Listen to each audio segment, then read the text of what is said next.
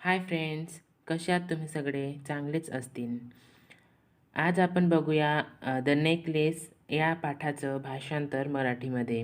तर सुरू करूया. पण सुरू करण्या अगोदर एक गोष्ट करायला विसरायची नाही. म्हणजे माझ्या चॅनलला सबस्क्राईब करून घ्या, कारण तुम्हाला इयत्ता 9वीच्या सर्व ट्रान्सलेशन व इंग्लिश वर्कशॉप या चॅनलवर अवायलेबल मिळतील, उपलब्ध राहतील.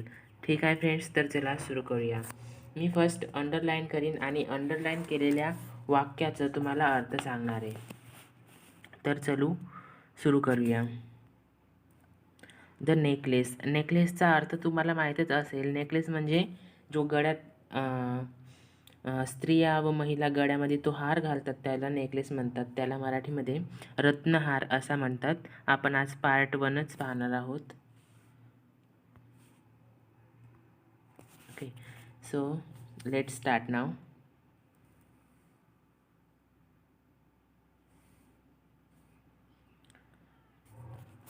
मॅटिल्डा एक अतिशय सुंदर आणि आकर्षक मुलगी होती. मात्र तिचे नशीब की काय, नशीब फुटके म्हणून की काय, एका कारकुनाच्या कुटुंबात ती जन्माला आली होती. त्यामुळे तिला ओळखावे, तिला समजून घ्यावे, तिच्यावर जीवापाड प्रेम करावे किंवा एखाद्या उच्चकुलीन व्यक्तीशी तिचे लग्न व्हावे असा काही योग तिच्या नशिबी नव्हता. म्हणून शिक्षण खात्यातील मंत्रालयातील एक कनिष्ठ कर्मचाऱ्याशी लग्न करण्यास तिने होकार दिला.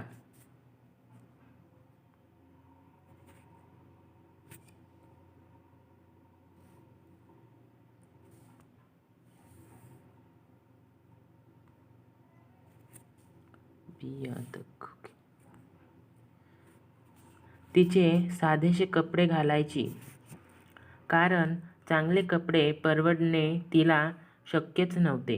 पण आयुष्यातील सर्व चैनीच्या गोष्टी मिळवायचा आपल्याला हक्क आहे असे वाटून ती अपार दुःखी व्हायची.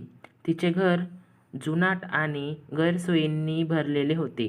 त्यामुळे तिचे जीवन कष्टाचे होते. या सर्व गोष्टी तिच्या स्तरातील दुसऱ्या एखाद्या स्त्रीला खटकल्याही नसल्या, पण हिला मात्र त्या गोष्टींचा खूप त्रास व्हायचा आणि चीड यायची. जिचे प्रशस्त खोल्या असतील, हव्याशा छोट्या खोल्या असतील, ज्या जवळच्या मैत्रिणींबरोबर दुपारच्या निवांत गप्पांसाठी सुवासाने भरून गेलेल्या असतील, अशा एखाद्या भव्य महालासारख्या घराचे स्वप्न ती नेहमी पाहत असे.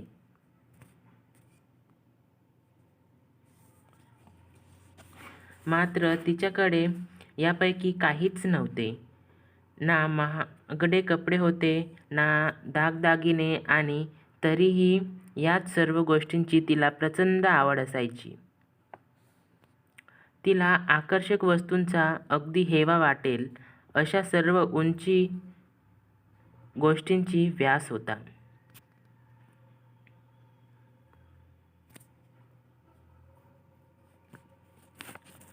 तिची कॉन्व्हेंट शाळेतील एक श्रीमंत बालमैत्रीण होती, पण तिला भेटणेही टाळायची, कारण भेटल्यानंतर तिला आपले हाल आठवून स्वतःविषयी कीव निराशा आणि दुःख वाटून रडू येई. एक दिवशी संध्याकाळी तिचा नवरा विजयी मुद्रेने घरी आला. त्याच्या हातात एक मोठा लिफाफा होता. "हे बघ," तो म्हणाला, "तुझ्यासाठी मी काय आणलंय." तिने ते पाकीट फोडले आणि त्यातून एक पत्रिका बाहेर काढली. त्यावर छापले होते,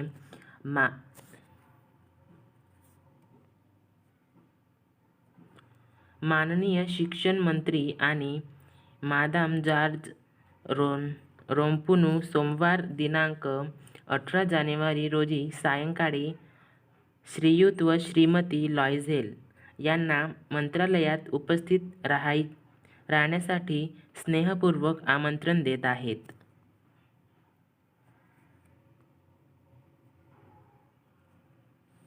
परंतु तिच्या नवऱ्याच्या अपेक्षेप्रमाणे तिला आनंद होण्याऐवजी चिडून तिने निमंत्रण पत्रिका टेबलावर फेकून दिली आणि ती घुसफुसली.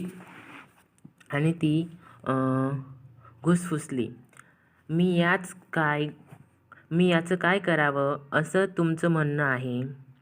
आणि जर जायचंच असेल तर मी काय घालावे अशी तुमची अपेक्षा आहे?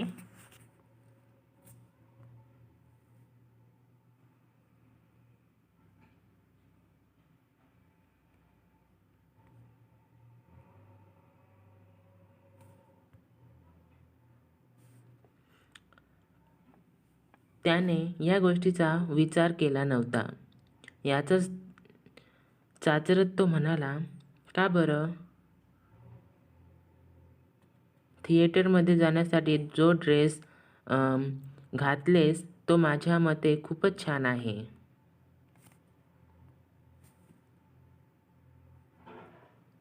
पण आपल्या बायकोला रडताना पाहून तो खूप दुःखी झाला आणि स्तब्ध होऊन तिच्याकडे पाहतच राहिला. काय झालं मॅटिल्डा? आपण बघू काय करता येईल ते. एखाद्या योग्य ड्रेसची काय किंमत असेल तो चाचरत म्हणाला.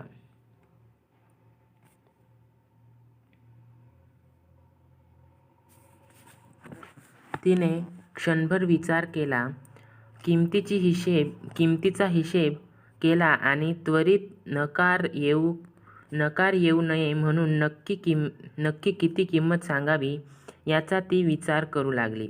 शेवटी ती घुटमळत म्हणाली, मला नक्की माहीत नाही, पण बहुतेक 400 फ्रॉकमध्ये मी जमवून घेईन.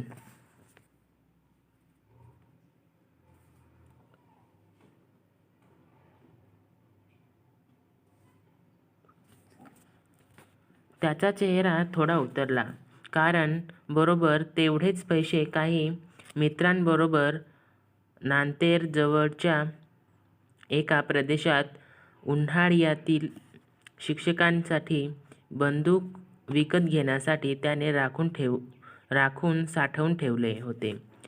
तरीही तो म्हणाला, ठीक आहे, मी तुला 400 फ्रँक देतो, पण एखादा खरोखरच सुंदर असा ड्रेस विकत घे.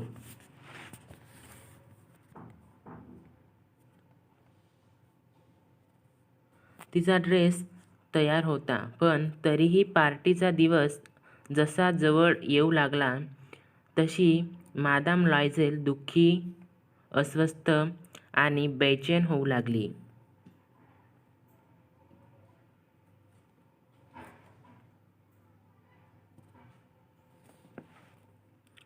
एका सायंकाळी तिचा नवरा तिला म्हणाला, काय लॉयझेल, गेले 3 दिवस तू विचित्र वागतेस.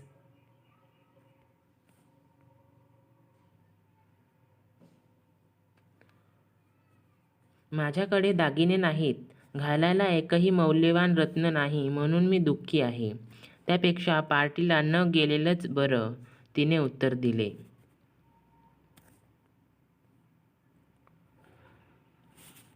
तू फुलं माळू शकतेस, तो म्हणाला. सध्याच्या काळात त्यांची फॅशन आहे.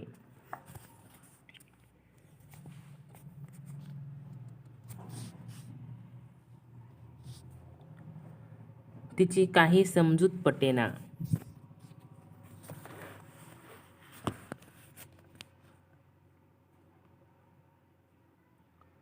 दुसऱ्या दिवशी ती तिच्या मैत्रिणीकडे गेली आणि तिने आपली व्यथा तिला सांगितली. मादाम फॉरेस्टियर आपल्या आरशाच्या कपाटापाशी गेली. त्यातून तिने एक मोठी पेटी बाहेर काढली आणि ती घेऊन ती परत आली आणि मादाम लॉयझेलला म्हणाली, यातून निवड कर माझ्या लाडके.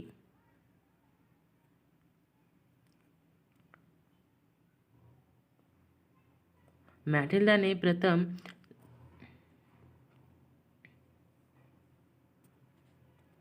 मॅटिल्डाने प्रथम सोन्याची काही कडी पाहिली, मग एका मोत्याचा हार.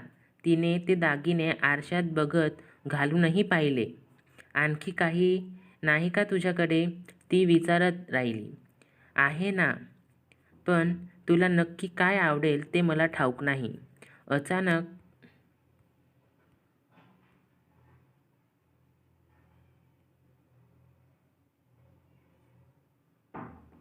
अचानक तिला एका काळ्या सॅटिनच्या पेटीमध्ये एक अप्रतिम रत्नहार दिसला आणि अनावर अभिलाषेने तिचे हृदय धडधडू लागले. थरथरत्या हाताने तो हार तिने उचलला. आपल्या गळ्याभोवती तो हार तिने गुंफला आणि हर्षभरीत नजरेने ती स्वतःकडे स्थिमित होऊन पाहतच राहिली.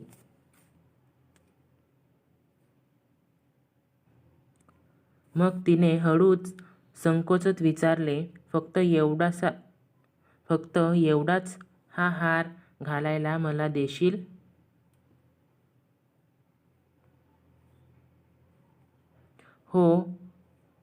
हो का नाही, नक्की देईन.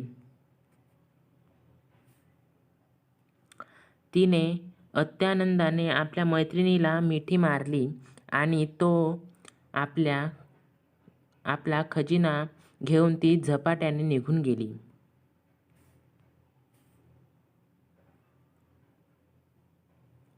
अखेर पार्टीचा दिवस उगवला. मादाम लायझेलला मोठे यश मिळाले.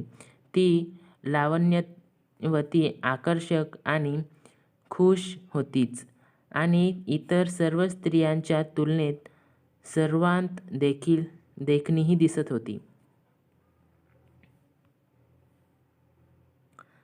तिच्या सौंदर्याच्या आणि विजयाच्या उत्कट हर्षोल्हासात बेभान होऊन ती मुक्तपणे नाचत होती. यशाच्या सुखाच्या लाटांवर जणू तरंगत होती.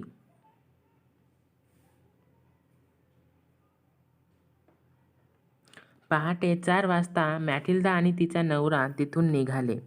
ते रस्त्यावर येऊन पोहोचले तरी त्यांना एकही टॅक्सी मिळेना. सीनच्या दिशेने ते चालू लागले तेव्हा अखेर त्यांना एक टॅक्सी मिळाली.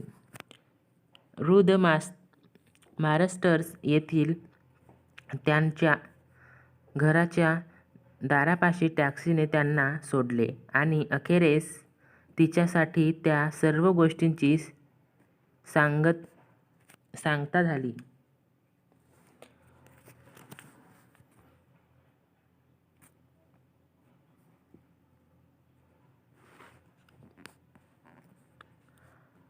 आरशासमोर पुन्हा एकदा अभिमानाने तिने स्वतःला न्याहाळले आणि ती एकदम किंचाळली. तिच्या गळ्यातील तो रत्नहार गायब झाला होता.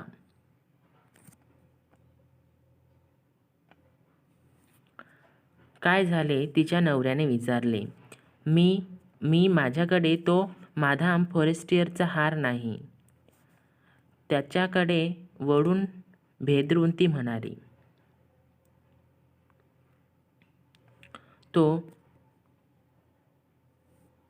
तो गोंधळून उभा राहिला. काय, कसं, हे शक्य नाही. तर मित्रांनो,